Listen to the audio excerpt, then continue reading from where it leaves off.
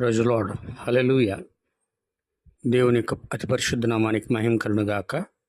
ఈ దినము కొరకే దేవుడు ఏర్పాటు చేసిన వర్తమానాన్ని మనమందరం కూడా భయభక్తులతో చదువుకుందాం. మత్తయి సువార్త 15వ అధ్యాయము 7 నుండి 9 వచనాలు. వేషధారులారా, ఈ ప్రజలు తమ పెదవులతో నన్ను గణపరచుదురు గాని వారి హృదయము నాకు దూరముగా ఉన్నది. మనుషులు కల్పించిన పద్ధతులు దైవోపదేశములను బోధించుచు వారు నన్ను వ్యర్థముగా ఆరాధించుచున్నారు అని యెషయా మిమ్మల్ని గూర్చి ప్రవచించిన మాట సరియే అని వారితో చెప్పెను. కేవలం ఒకే ఒక్క మాట చాలును. ఆదామును వంచుటకు సాతానుడికి అది సరిపోయినది. ఒక్క మాటతో అతనిని పట్టుకున్నాడు. ఈరోజు వాడికి కావలసింది అంతా అదియే. ఒక్క కార్యము తిప్పివేయుట, అంతే చాలును వాడికి.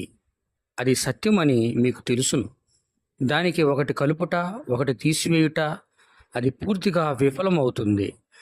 దేవుని యొక్క ప్రతి వాక్యము, ప్రతి భాగము.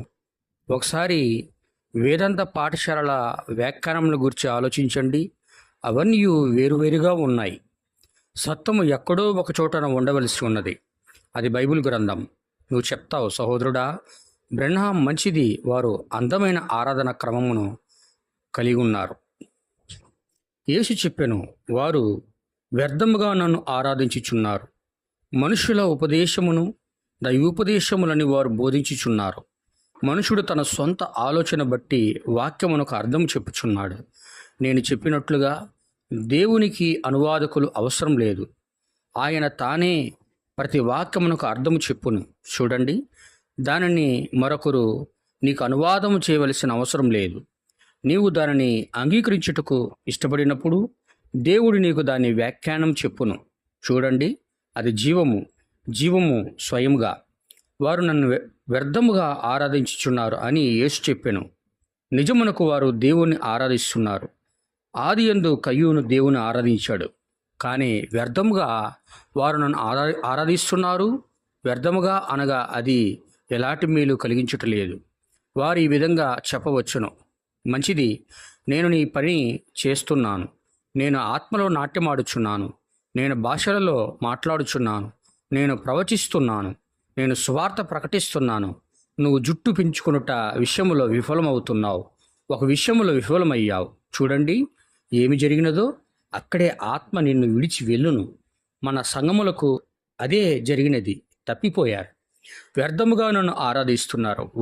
అది అందమైన ఆరాధన, కానీ వ్యర్థముగా నన్ను ఆరాధిస్తున్నారు.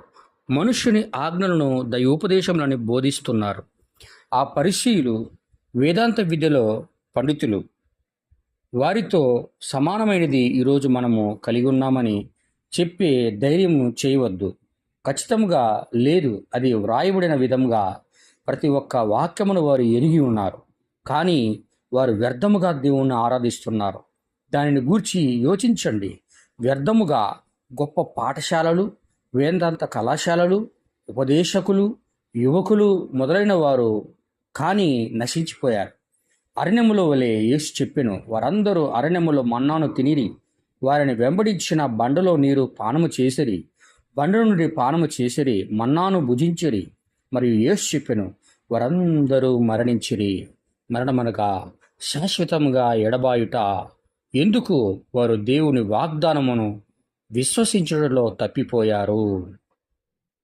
64వ సంవత్సరం 12వ నెల 12వ తేదీ కొత్త కాలం అనే వర్తమానం నుండి సేకరించబడింది.